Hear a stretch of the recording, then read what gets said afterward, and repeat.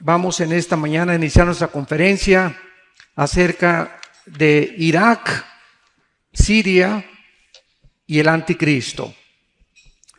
Hace algunos años pudimos nosotros ver a través de los reportes y de los medios de comunicación masivos que en Túnez hubo una rebelión tremenda contra el gobierno que se corrió y comenzó a propagarse por el norte de África y llegó a Egipto, donde un grupo llamado la Comunidad Musulmana Radical o la Hermandad Musulmana derrocaron al presidente Mubarak.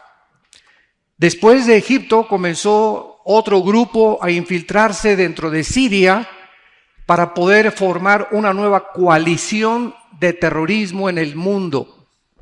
Y este grupo hasta este momento se llama ISIS, que significa o se tradujo el Estado Islámico.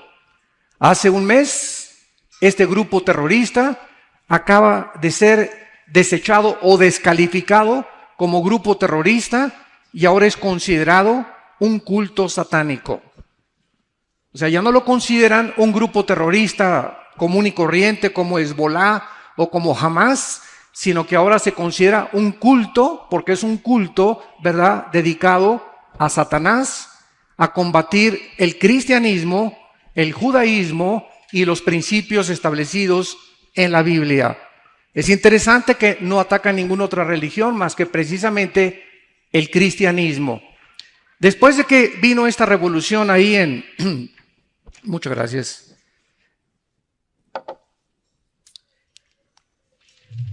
En Siria comenzó este grupo dirigido por un hombre llamado Bakur Baghdadi a comenzar a propagar que ellos anhelaban no solamente unirse y derrocar al presidente Bashar de Siria, sino borrar la frontera entre Siria e Irak.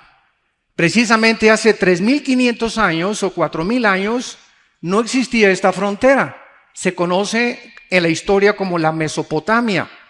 Y este grupo de Irak, sabemos que Irak en 1935, ¿verdad?, con muchas otras naciones, Irán cambió de Persia al nombre de Irán, se comenzaron a independizar exactamente en el tiempo en que Israel llegó el 14 de mayo de 1948 ante los ojos expectantes del mundo. La primera nación en la historia recobraba su independencia, su estado soberano en un solo día, cumpliendo las promesas bíblicas de que Dios traería del exilio de la diáspora a la nación de Israel.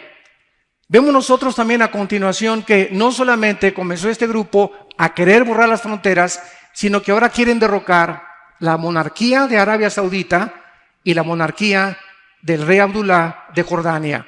En otras palabras, tener un control completo de todo el Medio Oriente, donde se encuentra el 65% de la producción petrolera en el mundo entero. Este grupo ISIS, que está ahorita siendo contraatacado, gracias a Dios que el presidente Obama reaccionó finalmente, y con Francia, Inglaterra, Holanda y algunas otras naciones están tratando, hasta Australia está mandando ya soldados al Medio Oriente, están tratando de detener el avance de este grupo hacia Bagdad, que es precisamente la ciudad donde se encuentra la mayor parte del petróleo. Y si ellos llegan a Bagdad y conquistan Irak, ponen al mundo de rodillas. Al comenzar a ver los financieros internacionales, la bolsa de valores, el grupo de los Illuminati, los banqueros suizos junto con los americanos, el banqueros de Rockefeller, el Chase Manhattan Bank, etcétera, etcétera, este problema comenzaron a usar el petróleo, como todos lo sabemos ahorita, y el petróleo bajó increíblemente, lo cual debilitaba muchísimo porque ISIS se mantiene de la venta del petróleo y de los robos a los bancos que han saqueado del Medio Oriente, y están tratando ellos de poder controlar completamente el mundo entero, y dicen que su próximo objetivo es Roma, que quieren matar al Papa y que quieren destruir el Vaticano, porque ellos consideran que fue Roma durante la época de los cruzados los que mandaron a Israel sacarlos, y los acusan de genocidio, cuando el Imperio Otomano duró aproximadamente 500 años. ¿Qué es lo que estamos tratando en este momento de poder comunicarles a ustedes? La relevancia que tienen los acontecimientos en el Medio Oriente en el siglo XXI con este libro que tengo en mis manos. Este libro que tengo en mis manos se llama la Biblia y contiene los registros más antiguos de historia, geografía, arqueología, genética, ciencia, física, matemáticas, literatura, poesía, antropología y todas las disciplinas académicas que tú me quieras mencionar. Es impresionante que estas profecías bíblicas son una de las evidencias más grandes en contra del ateísmo. Hace una semana debatía yo con una persona de 50 años en Estados Unidos que se dice atea. Y es una persona que es un físico matemático, entrenado, porque las matemáticas necesitas tener entrenamiento y te da mucho razonamiento. Y yo le decía a este ateo, bueno, un juez, para poder sentenciar a un acusado, necesita evidencias. Y mientras más evidencias haya, entonces el juez tiene que declararlo culpable o declararlo inocente. Pero nadie se atreve a juzgar a nadie sin que haya evidencias que demuestren la culpabilidad o la inocencia de alguien. Le dije, ¿cómo es posible que usted, siendo una persona racional y atea, no haya considerado las evidencias de la Biblia que demuestran sobrenaturalmente que Dios existe? Porque nadie más que Dios pudo haber puesto esto en el orden en que se encuentran, ni el registro que tenemos de la ciencia es más moderna que la Biblia, que el periódico Mañana en la Mañana, y sin usar evidencias usted declara, no hay Dios. Establece en su bitácora, Dios no existe, sin haber antes examinado las miles de evidencias que existen de la existencia de un ser sobrenatural. Irak vuelve a resurgir desde 1990 en los encabezados de los periódicos en el mundo, cuando la guerra del Golfo Pérsico, cuando 29 naciones se unen a una coalición para sacar a Saddam Hussein e impedir que él pueda apoderarse de la nación de Kuwait. Entonces, desde ese momento decían que Irak, yo les pregunté en muchas universidades, ¿sabes qué es Irak? Y me contestaban, es el nombre de una medicina.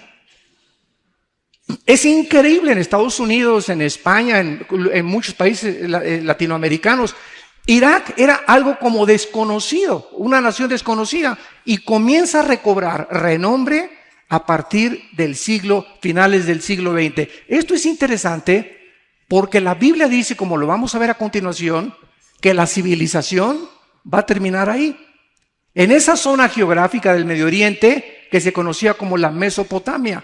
Y es precisamente en esta zona donde vamos a ver la importancia que la Biblia nos muestra y de qué forma se van a desarrollar los acontecimientos. En primer lugar, fue aquí en Irak, en el capítulo 2 del libro del Génesis, donde tuvo lugar el origen de la civilización humana, de acuerdo a la Biblia. Dice el capítulo 2 del Génesis, versículo 10, y salía de Edén un río para regar el huerto, y de allí se repartía en 4 brazos. El nombre del uno era Pisón. Este es el que rodea toda la tierra de Ávila, donde hay oro, o sea, la parte de Arabia Saudita. Y el oro de aquella tierra es bueno. Allí también hay bedelio y ónice. El nombre del segundo río es Gihón, que posiblemente fue el río Nilo, y después del diluvio universal fue desviado su cauce y ya no recorre el Medio Oriente como antiguamente. Este es el que rodea la tierra de Cus, que es la tierra de Canaán.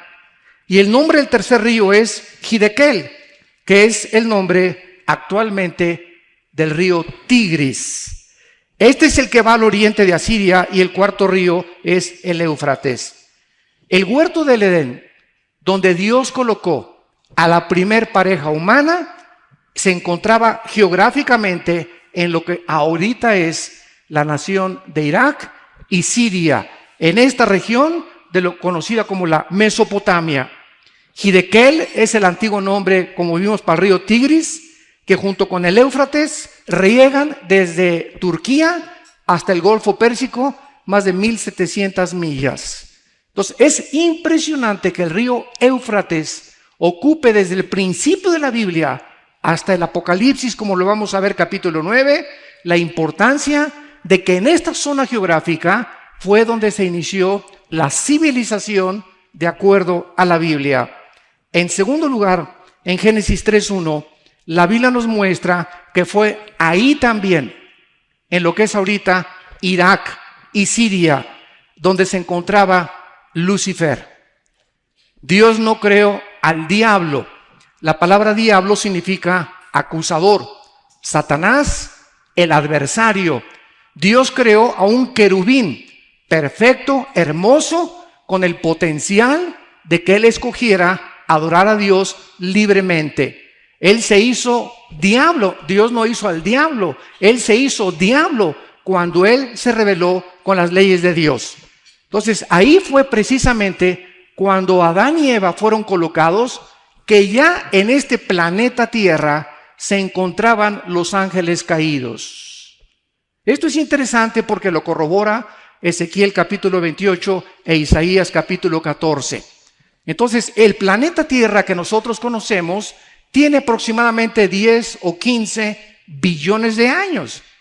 La civilización humana no tiene más de 6,000 años de historia, porque hace 6,000 años precisamente comenzó la historia de acuerdo a las genealogías del libro del Génesis. Entonces, el planeta Tierra tiene más de 10, 15 billones de años, y lo comprueba el carbono 14, el potasio argón y la radioactividad, que de los 97 métodos científicos son los más acercados. Pero este planeta ya estuvo ocupado antes por alguien. Este planeta estaba ocupado por ángeles caídos, que fueron confinados aquí y que Dios los tuvo que juzgar antes de que Dios colocara y comenzara a reestructurar el planeta en los primeros versículos del Génesis. Porque cuando dice la Biblia que Dios dijo fue a la luz, no se refería a la luz del sol, porque el sol hasta el cuarto día entra en movimiento, se refería al espectro electromagnético que rodea la Tierra y que hace posible las comunicaciones. Tú sales fuera de la atmósfera y es imposible que nos comuniquemos más que a través de una escafandra.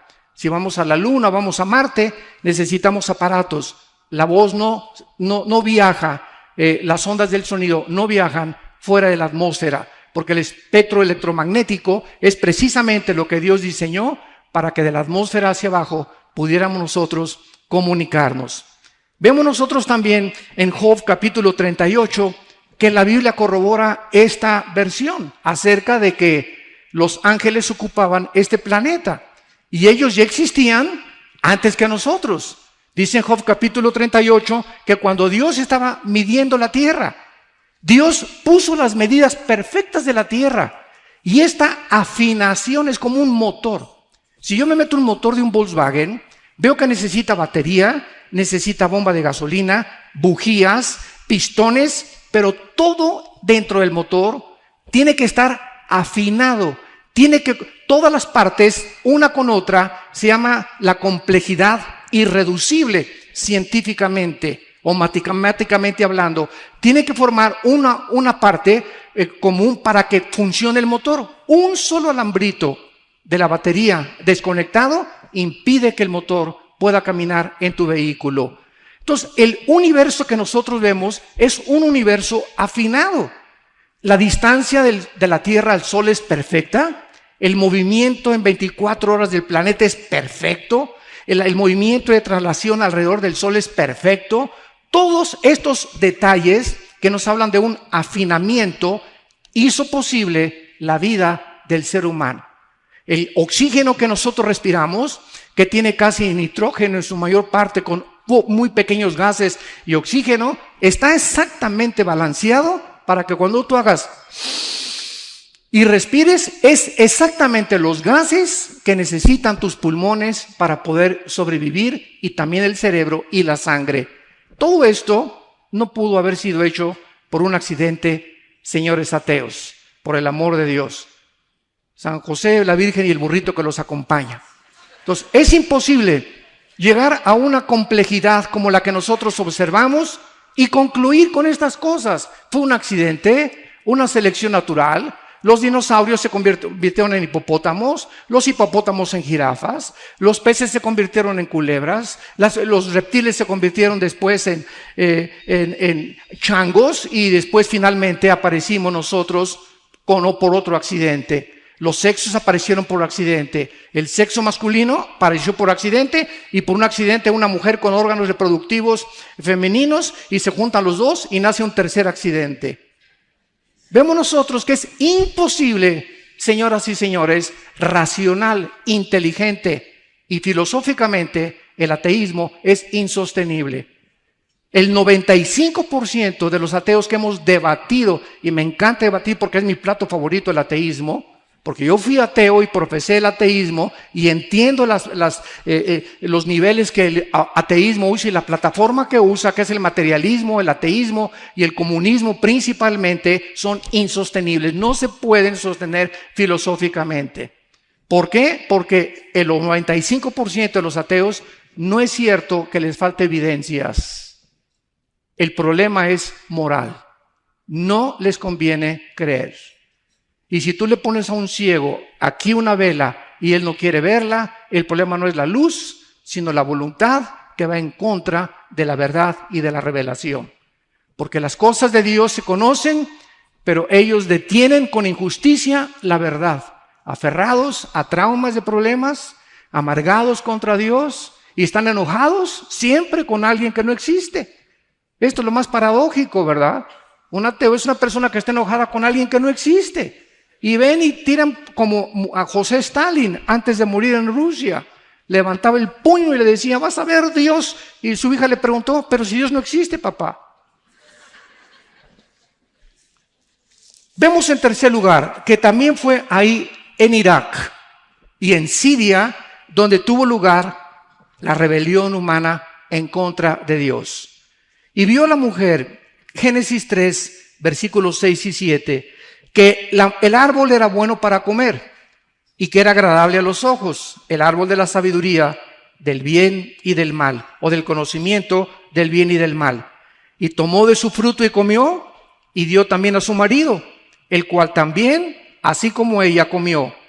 Entonces fueron abiertos los ojos de ambos, y conocieron que estaban desnudos, y cosieron hojas de higuera, y se hicieron delantales. Damas y caballeros, cuando Dios creó al ser humano, no nos creó como robots. Decía Agustín de Hipona, uno de los grandes teólogos de los primeros del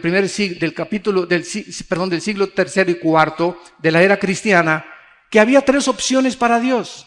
Una, Dios pudo haber dicho, no creo nada. Él podía vivir perfectamente bien con el Padre, el Hijo, el Espíritu Santo, porque la deidad es perfecta, la Trinidad es perfecta y no necesita la Trinidad absolutamente ni depender de nadie, ni necesita de nadie, porque es Dios. En segundo lugar, Dios pudo haber creado un mundo donde no hubiera maldad, donde nunca hubiera habido pecado, crear criaturas que jamás hubieran pecado, ni hubiéramos visto la maldad que conocemos. Y en tercer lugar, Dios tuvo la opción de crear un mundo, un universo, donde las criaturas escogieran libremente, porque escuchen esto, si no hay dos caminos, no hay libertad. Esto lo vemos políticamente en muchas naciones, actualmente en Sudamérica. Vamos a votar y hay un solo candidato. O sea, y si no votas por él, de todas maneras él va a ganar. Bueno, esto no es democracia, ¿verdad? Esto no es libertad. Si hay libertad, tiene que haber dos. Alguien más que tú tengas la opción de decir este o este. Entonces Dios creó el camino del bien y el camino del mal. Y que hubiéramos nosotros escogido qué es lo que nosotros queremos escoger para hacernos agentes morales responsables. De otra manera, si escogemos la opción número 2, hubiéramos sido robots. Nos hubiera Dios programado y dado cuerda, ámame, ámame, ámame, y jamás hubiera habido la capacidad de poder diferenciar entre el enojo y la virtud, entre el amor y entre el odio, entre las pasiones desordenadas y el autocontrol. Pero cuando tenemos esta opción de tener las cosas antagónicas al bien, podemos nosotros entender de qué forma Dios quería que entráramos en ese universo y pudiéramos nosotros pasar la eternidad después de esta vida con Él, después de que nosotros hayamos decidido libremente escoger entre el bien y entre el mal. Decía el doctor Billy Graham, un gran evangelista del siglo XX, el infierno, nunca habrá nadie en el infierno a quien Dios no haya amado antes. Dios nunca condenará a nadie sin antes esa persona haberse sabido que fue amada por Dios. Entonces todos nosotros tenemos la oportunidad de que podamos escoger entre el bien y entre el mal. El hombre determinó lo que es bueno y lo que es malo. ¿Qué era el árbol entre la ciencia del conocimiento del bien y del mal? ¿Qué era? Bueno, dice Dios, el día que tú comes de ese fruto, vas a morir. O sea, te vas a separar. La palabra muerte en la Biblia no significa cesar de existir. Significa separación, nada más. Muerte es separación. Te vas a separar de mí espiritualmente. En otras palabras, la Biblia es el único libro, damas y caballeros, que nos revela que somos un espíritu. Tenemos un alma y vivimos dentro de un cuerpo, que es el envase. Ni los psicólogos, ese fue el gran fracaso de Sigmund Freud, el padre del psicoanálisis a finales del siglo XIX, de querer concentrar el problema y la conducta humana de la salud psíquica y solamente en el alma. Él no supo que es el espíritu el centro principal, motor del elemento que forma el ser humano. Entonces Dios le dijo al hombre, ¿verdad? Eres espíritu, alma y cuerpo. El día que tú comas, el día que me desobedezcas, vas a morir. Te vas a separar espiritualmente de mí. Se va a romper el contacto con la energía. Vamos a perder la información que teníamos genéticamente de Dios. Y eso es exactamente lo que la experiencia humana nos muestra que le pasó al ser humano. Se desconectó de Dios. Perdimos la información original de Dios. ¿Quién es Dios realmente? ¿Cómo puedo comunicarme con Él? Y como perdimos esta comunicación, pero en el alma existe todavía la semejanza de Dios, inventamos las religiones.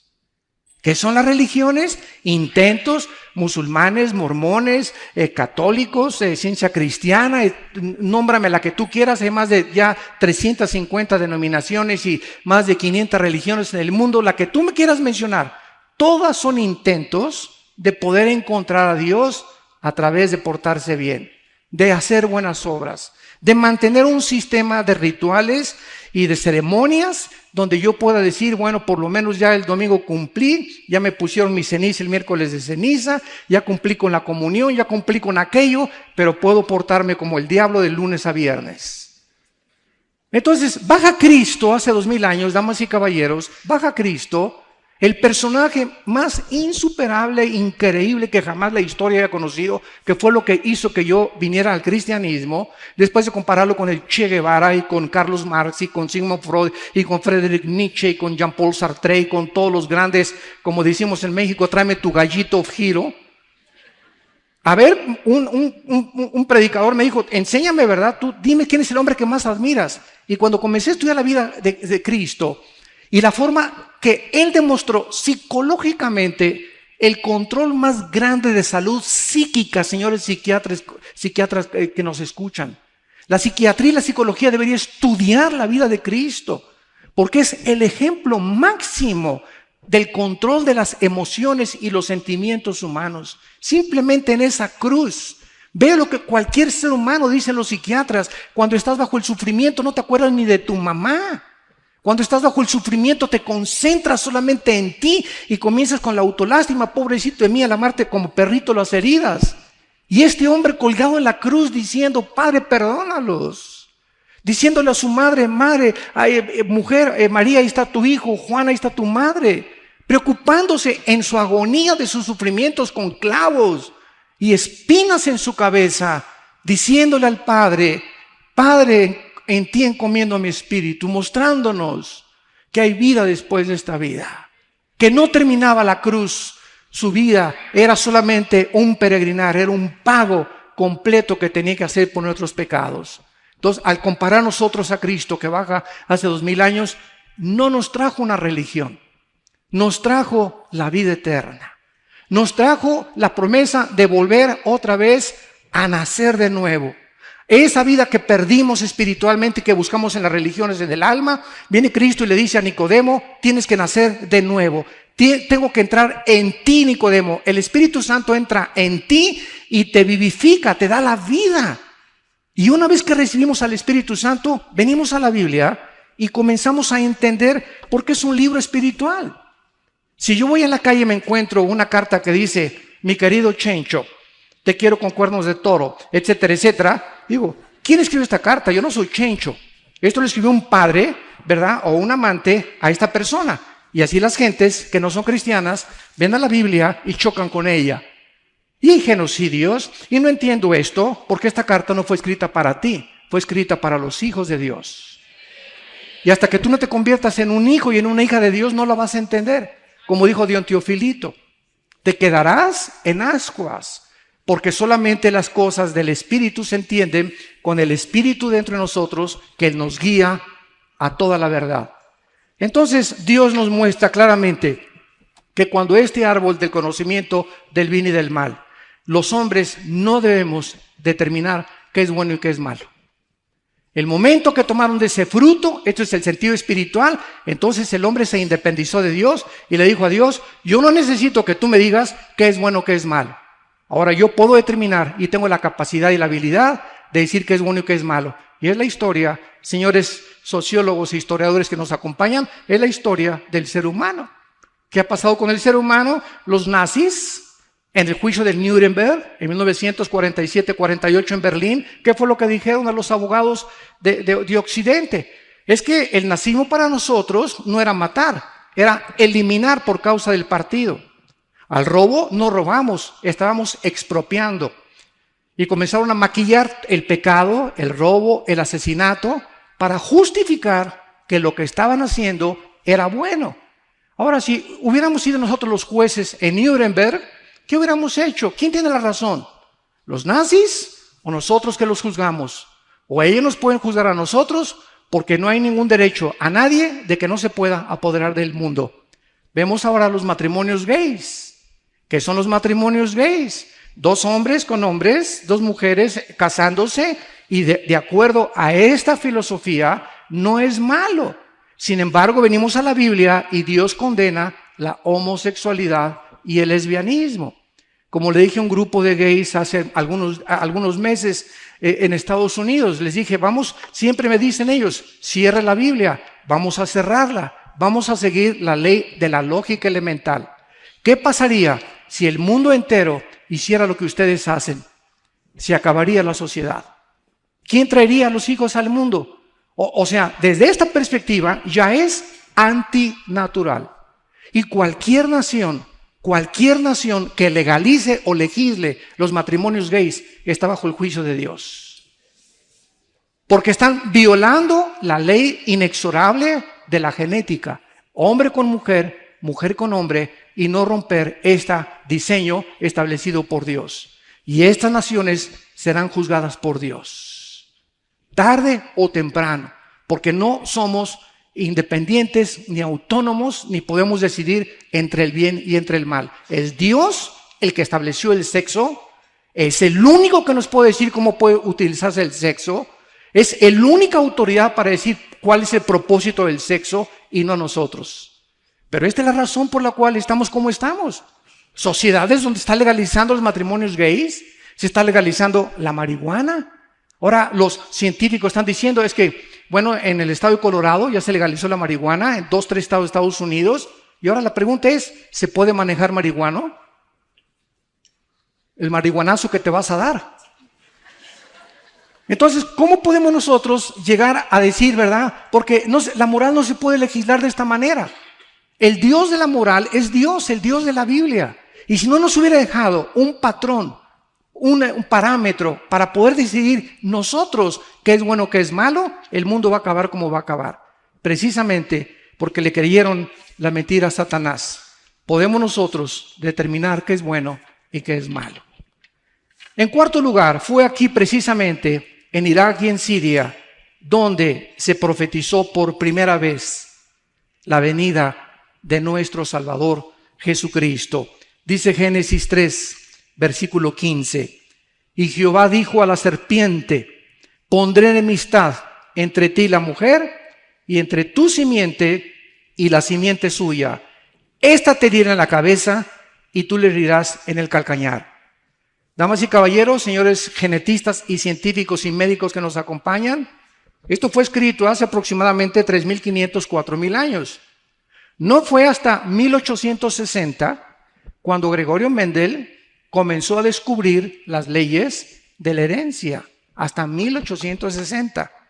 Y hasta 1954 el doctor Samuel Crick con otro colaborador comenzaron a investigar acerca del ADN, el ácido desoxirribonucleico. Y la Biblia hace 3.400 años ya estaba estableciendo las leyes de la genética. Ya estaba hablando de el esperma. La palabra que se usó aquí en Génesis 3:15, pondré enemistad entre tu simiente y la simiente suya, apúntala en el hebreo, es la palabra sera con Z, que se tradujo en el Nuevo Testamento, cuando se tradujo la Septuaginta del hebreo al griego, se tradujo esperma. En el Antiguo Testamento se tradujo descendencia o linaje o esperma también. Es muy interesante que Dios ha hecho una promesa. Iba a haber una enemistad, una guerra continua, es la palabra en el hebreo enemistad, una guerra que es continua, es un odio que tienes hace 3 años o 4 años contra tu mamá, un odio que tienes hace 3 o 4 años contra tu papá o contra tu cuñado, o una persona que no has perdonado hace 3 o 4 años. Esto no solamente pleito, es una enemistad que dura en tu corazón y te está infectando como tú no te imaginas. Porque lo que más infecta y afecta la salud psíquica del ser humano es el rencor. El rencor y la amargura. Por eso baja del cielo Dios y nos dice, perdonen para que vuestros pecados sean perdonados. Entonces, esta palabra, simiente, dice la Biblia, que la mujer iba a tener una simiente y Satanás otra. Pero cuando comenzaron los teólogos, hace como 2 siglos, a debatir, ¿cómo que la simiente, si la simiente no la tiene la mujer? La simiente la tenemos los hombres. Es el hombre el que trae la semilla. Somos los portadores de la semilla. La mujer es como el recipiente, la estación que recibe la señal en su matriz. Entonces, pero el varón es el que trae la semilla a través del cromosoma Y, que es el que determina el sexo masculino. Yo soy hombre, tú eres hombre porque el esperma de tu papá Y ovuló los 2X de tu mamá y naciste varón. Si el cromosoma X de tu papá hubiera ovulado los 2X de tu mamá, hubieras nacido mujer. Entonces vemos nosotros que dentro de la misma genética, que apenas estamos comenzando a ser arañados en ella, la Biblia establecía que Cristo vendría sobrenaturalmente al mundo. Esa semilla no la pondría José.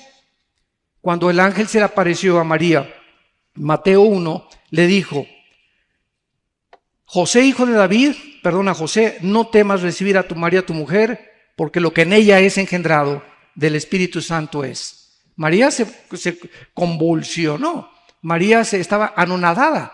Oye, le dice al ángel Gabriel, José y yo no nos hemos ni a Cancún de luna de miel. Estamos desposados, estamos comprometidos. ¿Cómo me está saliendo un embarazo? Imagínate, fue hace 2000 años. Y José, claro que al comenzar a verle la pancita crecer a María, iba a comenzar a preguntarse con quién se metió, con el lechero, ¿verdad?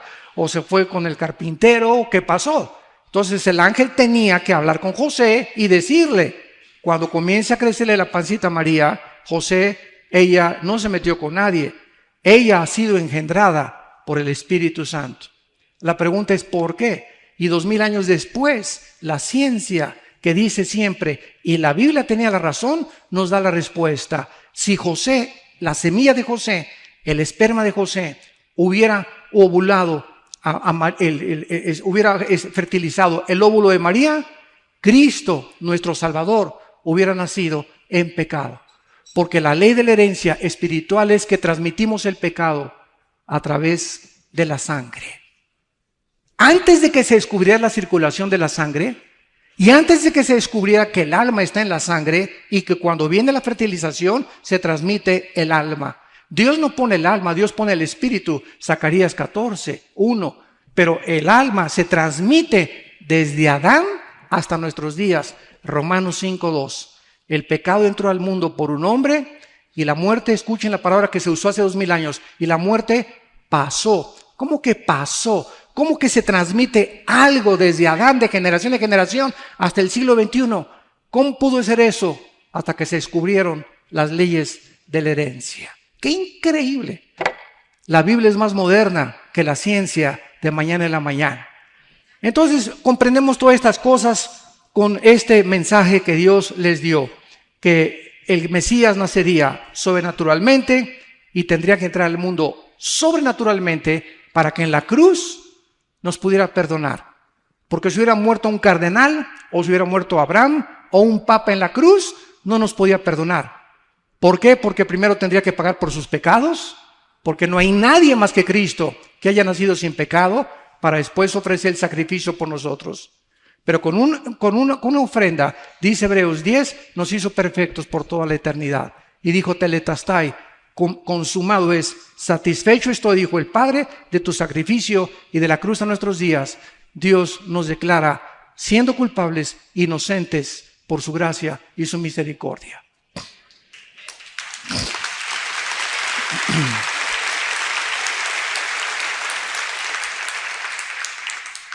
Fue en Irak y en Siria donde por primera vez se ilustró con símbolos el Evangelio. Génesis 3:21. Y Jehová Dios hizo al hombre y su mujer túnicas de pieles y los vistió. En otras palabras, cuando Adán y Eva se rebelaron contra Dios, ¿qué hicieron? Inmediatamente lo primero que descubrieron fue su sexualidad, porque es a través de la sexualidad que se transmite el pecado.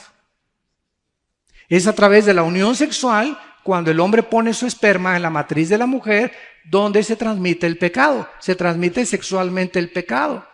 Entonces no nos sorprenda que ahorita la diosa del universo es el sexo y el dios, el oro o el dinero. Son los dos dioses que han levantado el ser humano, el dios del dinero y la diosa del sexo. Y vemos ahorita, ¿verdad? Matrimonios gay, homosexualismo, sadomasoquismo, sexo con animales, adulterios, fornicación. Las telenovelas ya no tienen, ¿verdad?, ningún recato absoluto. Es Sodoma y Gomorra el mundo en que estamos viviendo. Porque el ser humano está usando el sexo indiscriminadamente, porque no saben para qué es. Si yo agarro esta botella, el que diseñó esta botella le dio una forma, un diseño, para que fuera el contenedor del agua que se le pone con su tapita. Y si yo agarro esta botella para meterla aquí o en la sopa, estoy usando equivocadamente, porque esta no es una cuchara. Fue diseñada para contener agua. Entonces, cuando yo sé, ¿verdad?, que es el diseño para beber agua, uso el agua y sé el propósito del diseñador. El sexo no fue diseñado por Dios para usarlo nunca fuera del matrimonio. Nunca fuera del matrimonio. Pero como la gente no lo sabe, lo está usando indiscriminadamente. Y les recomiendan a los jóvenes, no, la masturbación es bueno, ¿verdad? Y ahorita por todos lados todo el mundo es adulterio, los artistas de cine, telenovelas. Ningún artista ahorita ni cantante dura 2, 3 años casado con nadie. Se divorcian con uno, con el otro, con el otro. ¿Por qué? Porque el ser humano no entiende que el sexo es santo y es la institución más sagrada que Dios estableció, la familia y el matrimonio. Y es el ataque ahorita de la sociedad contra la familia y el matrimonio. Destruye el matrimonio y destruyes Bogotá. Destruyes una ciudad, destruyes una nación. Porque el fundamento de las naciones es la familia. Es el tesoro más grande que Dios nos ha dejado para sobrevivir como sociedades. Vemos nosotros que al usarse ellos las hojas de higuera y tapar sus órganos sexuales, Dios les dijo, no, ustedes no se van a vestir. Y estas hojas de higuera son las religiones. El ser humano se sabe que está completamente desnudo delante de Dios y se tapa con una religión. No, pues yo soy católico, o yo soy protestante, o soy bautista, o soy mormón, y con esto está tapando su supuesta conciencia para poder descansar de vez en cuando. Dicen que Hitler se disfrazaba de Santa Claus en Navidad. Al Capone, el rey de Lampa en Chicago en la época de los 20, ¿verdad? Igual, ¿verdad? Se ponía de Santa Claus con campanitas para descargar la conciencia. Aquí, ¿verdad? Sabemos que en Colombia muchas personas que se dedicaron al narcotráfico, etcétera, etcétera, ¿qué hicieron? Comprar campos de fútbol, comprar barrios a la gente pobre. ¿Para qué, verdad? Para descargar su conciencia y al otro día poner una bomba en un avión. Entonces, esta es la forma en la que opera la conciencia del ser humano. Tenemos que hacer algo bueno para que no nos sintamos tan malos y podamos descansar y dormir de vez en cuando. Pero este es el gran engaño que dice Dios.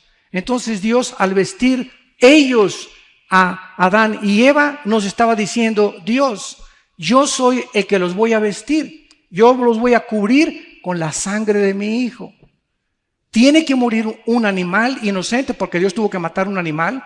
Es el primer derramamiento de sangre para vestir a Adán y Eva con pieles. Entonces vemos que sin derramamiento de sangre, Hebreos 9:27, no hay remisión de pecados.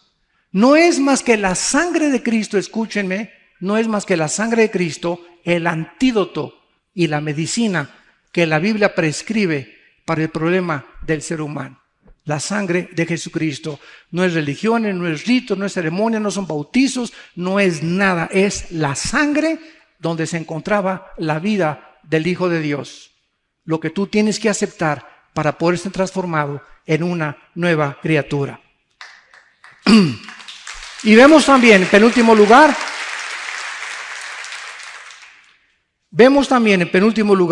que fue en Irak, Génesis capítulo 11, donde se llevó a cabo la primer rebelión masiva o colectiva en contra de Dios.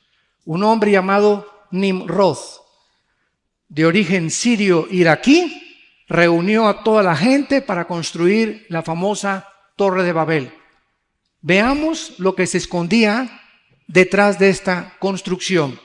Dice Génesis capítulo 11, versículo 4, y dijeron: vamos, edifiquémonos una ciudad y una torre cuya cúspide llegue al cielo, y hagámonos un nombre por si fuéramos esparcidos sobre la faz de la tierra. Vean ustedes la autonomía, la autoindependencia de un grupo colectivo hace 3,000, 4,000 años. Hagámonos un nombre. ¿No es acaso lo que Miss Colombia, Miss Venezuela, los equipos de fútbol, los artistas, los cantantes, no es el ansia de todos los seres humanos que me conozcan? Darme a conocer, ser popular, llegar y que me aplaudan y que me toman fotos, etcétera, etcétera. Está dentro de la naturaleza humana. Y edifiquémonos, pero sin tomar en cuenta a Dios. Voy a escoger una carrera de computación porque oí que es la que más dinero produce. Y tú no estás siguiendo los dones que Dios te dio. Tú estás siendo guiado para escoger una carrera en la universidad simplemente por la ambición del dinero. Y ahorita el 70% en Latinoamérica de los jóvenes que escogen una carrera lo hacen basados en el dinero. ¿Cuál es la que produce más dinero? ¿Dónde voy a ganar más dinero? Y tal vez Dios no te dio ese don. A lo mejor te dio el don para la música, o a lo mejor no todos van a la universidad ni terminan la universidad, ni todos los que terminan la universidad tienen éxito. Todos tenemos diferentes dones. El secreto está que si tú le entregas tu vida a Dios y le dices: Señor, quiero que tú me guíes, porque tú tienes un plan perfecto. Jeremías 29:11, mis pensamientos para ustedes son de paz, para darles el fin que quiero. Dime, Señor, qué es lo que quieres de mi vida, y caminas con Dios. Dios va a dirigir tu vida y vas a prosperar. Escuchen, en México, el 65% de los profesionistas en la República Mexicana, abogados, licenciados, médicos, veterinarios, el 65% viven del comercio. No ejercen su profesión. Creyeron que ellos iban a poder con la profesión avanzar y viven del comercio. Se dedican a otra cosa menos a la profesión que escogieron en la universidad. ¿Por qué? Porque creemos que podemos escoger vivir, formar una familia, tener un matrimonio sin tomar en cuenta a Dios. Y es el ridículo lo único que hemos hecho en esta vida. Y finalmente, ese es el origen del globalismo. Ahorita, ¿qué es lo que está pasando, verdad? Juntándose las naciones para poder tener un gobierno mundial.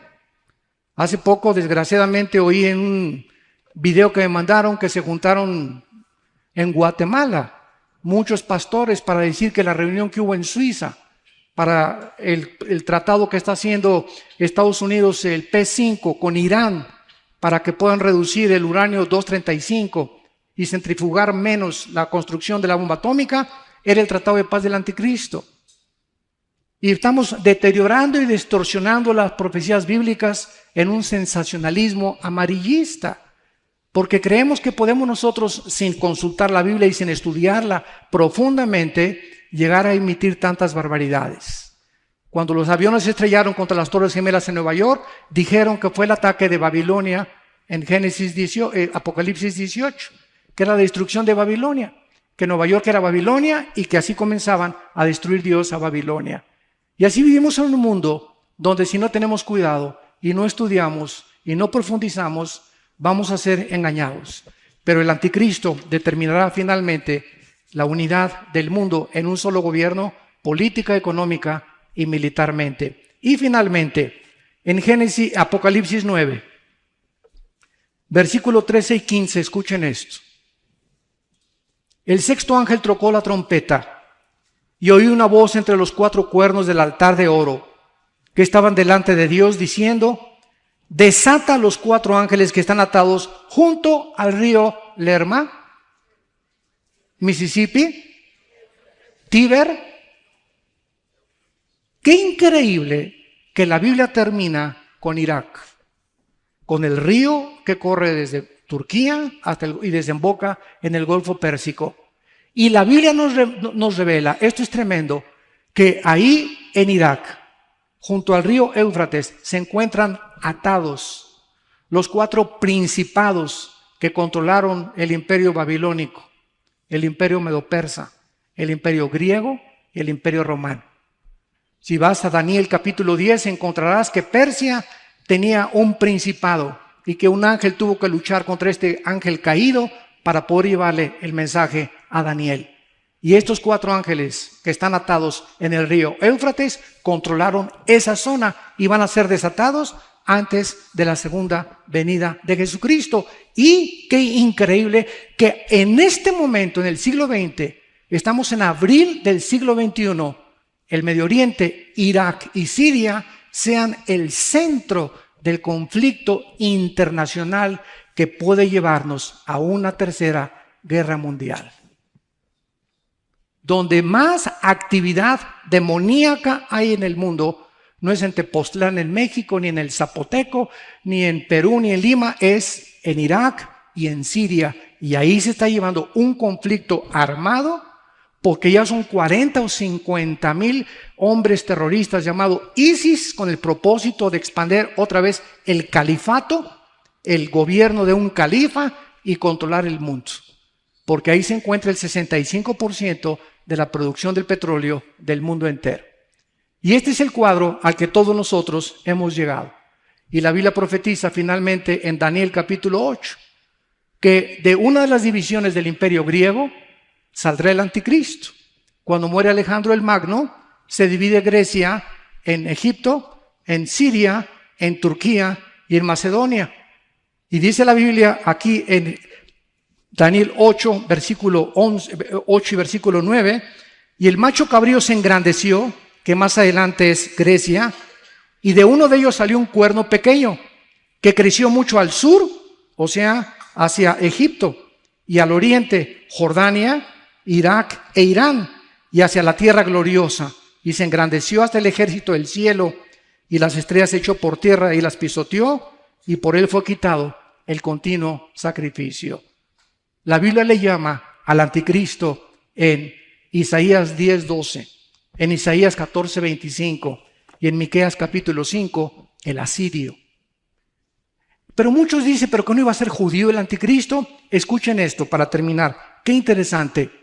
En el año 722 a.C., los asirios se llevaron por primera vez cautivos a 10 tribus de Israel en el año 722 antes de Cristo. Y se los llevaron a Siria. Y estas 10 tribus se perdieron en la historia. Solamente quedaron 2 tribus de Judá y Benjamín en el reino del sur, Israel. Y ahorita se conocen como los de Judá o los de Leví, que son los únicos judíos que se pueden identificar. Pero los judíos están aquí en Colombia, están en México, muchos apellidos Díaz, González son de origen judío, Pérez es de origen judío también, en África, en Etiopía, están por todos lados y muchos de nosotros, sin saberlo, traemos en la sangre el judaísmo. Dicen que Hitler, su abuelo era judío. Esto es impresionante, se le cambió el nombre a su padre y se puso el Hitler, él no se apellidaba Hitler. Entonces, vemos nosotros que el anticristo puede ser judío, sirio y salir de la zona geográfica donde se encuentra ahorita este conflicto. Y interesante que Bagdadi, el jefe del Estado Islámico, haya declarado, vamos a conquistar el mundo, el próximo gobierno será, el próximo gobierno otomano va a volver a revivir después de 500 años, porque a principios del siglo XX los otomanos fueron dominados por los ingleses, después los ingleses, ya vino Israel y vienen los Estados Unidos y Rusia en la Guerra Fría, pero vemos nosotros en la historia que exactamente lo que este libro profetizó hace miles de años, señores historiadores, señores que están buscando verdaderamente evidencias y que les interesa la verdad. Este es el único libro que nos da las únicas verdades incondicionales y completamente verdaderas para que entendamos que no hay un relativismo en la Biblia, es una autoridad científica, histórica, geográfica, el área que tú quieras, la palabra de Dios. Y este mensaje, dice la Biblia, es el más importante. De tal manera amó Dios al mundo que dio a su Hijo unigénito. No nos dejó solo, nos dejó un manual. Si yo compro un coche, abro la cajuela de guantes y hay un manual. Y dice el Volkswagen, cámbiale el aceite cada 5,000 kilómetros. Pero llevo 10,000 y comienza el Volkswagen, pucha, y echar humo por todos lados. ¿Qué le está pasando? Está quemando aceite. ¿Por qué? Porque nunca has consultado el manual. Y lo llevas a la Chevrolet. Oye, espérame, los de la Chevrolet no tienen el diseño del Volkswagen. Llévalo a la agencia Volkswagen. Ellos fueron los que fabricaron el carro y te van a decir cuál es el problema. Y así estamos nosotros en la vida. Pues tengo un problema en el matrimonio, vas con el psiquiatra, el psiquiatra no formó el matrimonio, ni el psicólogo, ni la doctora Corazón, ni Walter Mercado. Entonces tenemos que recurrir al manual. ¿Quién es el que hizo el matrimonio, la familia, el trabajo, el sexo? ¿Quién es el que nos dice a dónde va la historia? Y exactamente como la historia está ahorita yendo y perfilándose, así la Biblia lo determinó por los profetas hebreos hace 2600 años. Y contra esto no hay absolutamente ninguna discusión ni argumentación. Hasta este momento, en los 35 años que tengo compartiendo este mensaje, no he encontrado a un científico, físico, matemático, político, lo que ustedes quieran, que pueda debatirme o que pueda contradecir las verdades de la Biblia.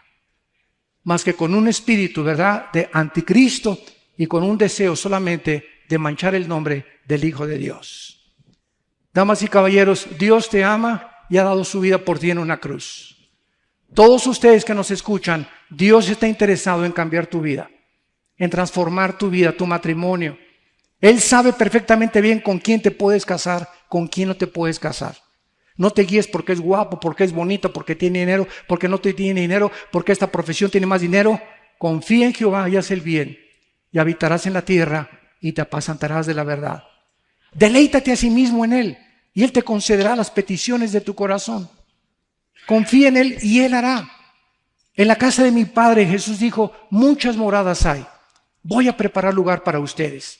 Somos peregrinos en este mundo, vamos de paso. La vida es tan rápida, 60, 70, 80 años, los más robustos, vamos de paso por este mundo, somos extranjeros. Jesús dijo en Juan 17 que no éramos de este mundo, vivimos en este mundo, pero al entrar el Espíritu Santo a nosotros, tenemos nuevas perspectivas, nueva forma de ver la vida, los negocios, la familia. ¿Por qué? Porque ahora vemos con los ojos de Cristo. Dice 1 Corintios 2, tenemos la mente de Cristo. Ahora queremos ver el mundo con los ojos con los que Cristo lo vio. Un mundo abandonado, ovejas sin pastor. Una gente desesperada en drogas, de una botella a la otra, de una telenovela a otra, de un cine al otro, de un hombre al otro, de una mujer a otra, buscando de una religión a otra, de una filosofía a otra filosofía. Ya los comunistas ya no son comunistas porque ahora ya creen en Dios. Todos los sistemas filosóficos ante nuestros ojos están derrumbando, desmoronando. Los partidos políticos ya no saben qué es bueno, comunismo, marxismo, democracia, fascismo. No saben ya, es una locura, es una confusión en el mundo. ¿Por qué? Porque no hay brújula. No hay ningún mapa, ningún capitán de barco se atrevería a navegar sin una carta de navegación. Ningún piloto se atrevería a navegar en el espacio, en un avión, sin tener cartas de navegación. Qué locura vivir en esta vida sin que tengas nadie que te dirija. Vas pronto a naufragar con tu vida, con tu matrimonio, con tu familia. Pero esta mañana Dios te llama y te dice, arrepiéntete. Arrepiéntete con todo tu corazón de tu vida, de tu soberbia teológica, de tu soberbia intelectual. Ven a la cruz y descubre la persona del Hijo de Dios, que Él es real, que resucitó a los 3 días de los muertos y que ha venido a decirnos, nunca te dejaré y nunca te desampararé. Vas a morir y qué bendición, después de la muerte nos volvemos a reunir con nuestros seres amados, volvemos a gozarnos, todo se nos devolverá al 100% y todo lo que sufrimos y toda la maldad que hubo será comparado como una noche en un hotel de 3ª categoría, comparado con las glorias que nosotros se han de manifestar. Por eso estad firmes y constantes, sabiendo que vuestra fe no es en vano. Vamos ahí, ejército del Señor. Esfuércense y sean valientes, porque el Señor no retarda venir por nosotros. Les pido con todo su corazón que los que quieran inclinar su rostro, lo hagan en este momento para invitar a Cristo a tu vida como tu Señor y como tu Salvador.